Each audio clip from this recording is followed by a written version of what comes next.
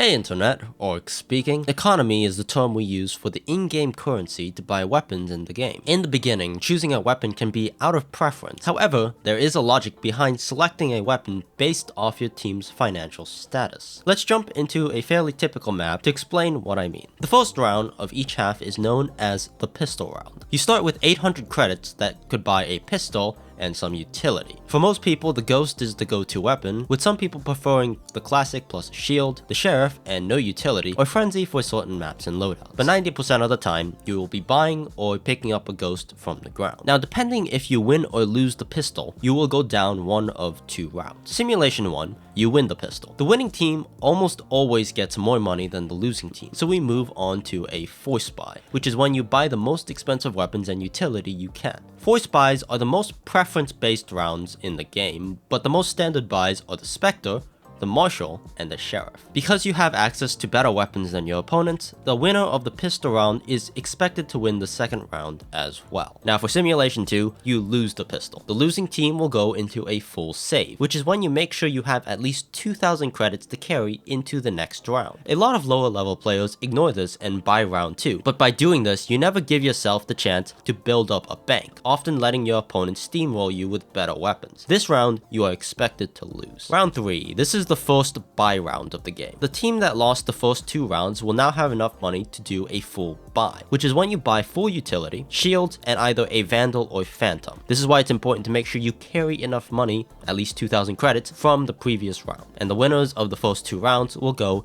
into a bonus, which is when you carry over the weapons you had from the previous round. If some members of the winning side died round 2, they will do a buy for next, also known as an eco, which is when you spend some money but make sure that you have at least 2,000 credits. In case you haven't noticed, 2,000 credits is the magical number. You never want to have less than that unless it's a full buy. And this is pretty much how every Valorant game goes. Now after this point, it's a full buy versus ecoing, and on round 4, the team that won the first two rounds will also have a full buy, so it should be a pretty even game. Valorant is a very momentum-based game. Winning a full buy against a full buy normally results in you winning at least another round after that. It's a very important concept to understand in the beginning. You are not expected to win every round. There are some rounds you are supposed to win, and there are some rounds that you are supposed to lose. Now for the last round of each half, or when you are about to lose, you'll always want to do a force buy. Just like the winners of round 2, you want to buy the most expensive weapon that you can, even if you can't afford a Vandal. Weapons like the Bulldog, the Guardian, and the Judge are amazing for keeping rounds alive, since their killing power in certain situations can match or even outdo the Vandal and the Phantom. Lastly, there are some cases where you'll want to save twice in a row